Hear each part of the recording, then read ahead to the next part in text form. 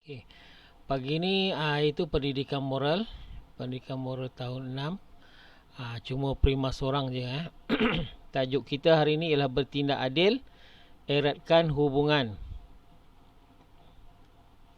Okey, apa yang prima fahami, maksudnya kalau prima bertindak adil, apa yang dimaksudkan adil ni mungkin dari segi pengagihan. Contoh dalam ahli keluarga kan, ibu bagi makanan suruh agihkan kepada adik-adik yang lain, so prima bagi sama rata, itu dipanggil bertindak adil. Okey, ni buku dia, bertindak adil, eratkan hubungan. Tu contoh dia. Kalau katakan prima bagi tak adil, adik yang lain akan berasa apa? Tak selesa kan?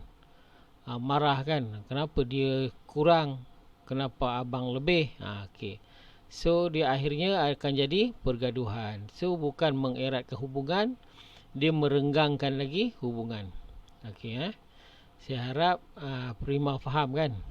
Okey, tengok, kita baca dan fahami cerita di bawah. Okey, semasa menghadiri kem rancangan integrasi murid untuk perpaduan iaitu RIMOP peringkat kebangsaan. Petikan ni Okey. Tengok yang nombor 1 tu. Kasut sukan pemberian hadiah ibu saya hilang. Selepas membasuh kasut, saya telah menjemurnya di luar bilik tadi. Puas saya mencarinya, tetapi tak jumpa. Mungkin Patricia, peserta dari Kuala Lumpur, telah mengambilnya. Okey. Itu kata Syai kan. Okey, apa kata Umar pula? Okey. Syai, tidak baik kamu menuduh tanpa bukti. Tindakan kamu akan menjejaskan hubungan kita dengan peserta dari negeri lain. Ini perkemahan peringkat kebangsaan. Maksudnya ada negeri-negeri lain juga terlibat. Peringkat kebangsaan mana seluruh negara yang terlibat. Itu maksud kalau peringkat kebangsaan. Okey, apa kata Umar tadi? Tak baik menuduh tanpa bukti. Okey, apa petikan yang ketiga? Apa kata Syai pula? Tapi saya ada bukti. Dayang, peserta dari Sarawak memberitahu saya bahawa dia ternampak Patricia yang mengambil kasut tersebut. Nampak ada peserta dari Sarawak. Dayang tu panggilan untuk Umar kan. Okey, kena faham betul-betul petikan ni Okey, prima kena faham betul-betul. Saya rasa perkara ini perlu disiasat terlebih dahulu. Apakah pandangan kamu, Baheng? Tu Umar sambung bercakap. Okey, apa kata Baheng Betul Umar. Kita harus bertindak secara adil. Nampak? Bertindak secara adil. Maksud dia menjalankan siasatan. Okey, bila menjalankan siasatan barulah mereka tu boleh dikatakan bertindak secara adil. Sebagai ketua kumpulan, saya akan menyiasat hal ini secara teliti. So dalam perbualan mereka 5 dialog ni, prima boleh tak kenal pasti siapa ketua kumpulan? Okey, mesti tahu Okey, daripada apa yang Baheng kata sebagai ketua kumpulan, maksudnya ketua kumpulan adalah Baheng. Kena faham betul-betul Okey. Seterusnya muka surat 73. Selepas siasatan, macam cerita Okey, prima Syai berdasarkan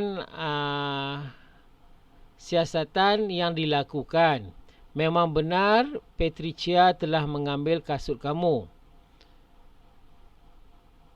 Memang benar. Itu siapa kata? Mazni kan. Semasa hendak mengangkat kasut itu tadi, hal yang sama itulah juga yang yang dikatakan oleh Patricia kepada saya. Apa kata dia? Okey. Ini siapa yang kata? Okey, Patricia yang cakap. Ya, Shiyi, saya yang mengambilnya. Petang tadi hujan mula turun. Saya ternampak sepasang kasut sukan di luar bilik. Saya mengangkatnya supaya tidak basah, lalu menyimpannya. Kerana saya tidak tahu pemiliknya, saya ada saksi, Mazni. Okey, Mazni tu dia dengan Mazni lah. Mazni yang nampak. Itu dia kata saksi tadi. Okey, kemudian apa kata Syie? Syie, maafkan saya, Patricia, kerana bersangka buruk terhadap kamu. Bersangka buruk. Okey. Terima kasih kerana mengangkat dan menyimpan kasut sukan saya. Itu kata Syai. Okey. Kemudian apa kata Dayang? Sebab Dayang yang nampak beritahu kepada Syai yang cerita tu. Okey, saya juga memohon maaf Patricia. Okey. Itu adalah perbualan mereka berlima. Seorang lagi tak ada, berenam asalnya. Ada Umar lagi seorang. Okey. Dalam muka surat 72 ada Umar. Okey.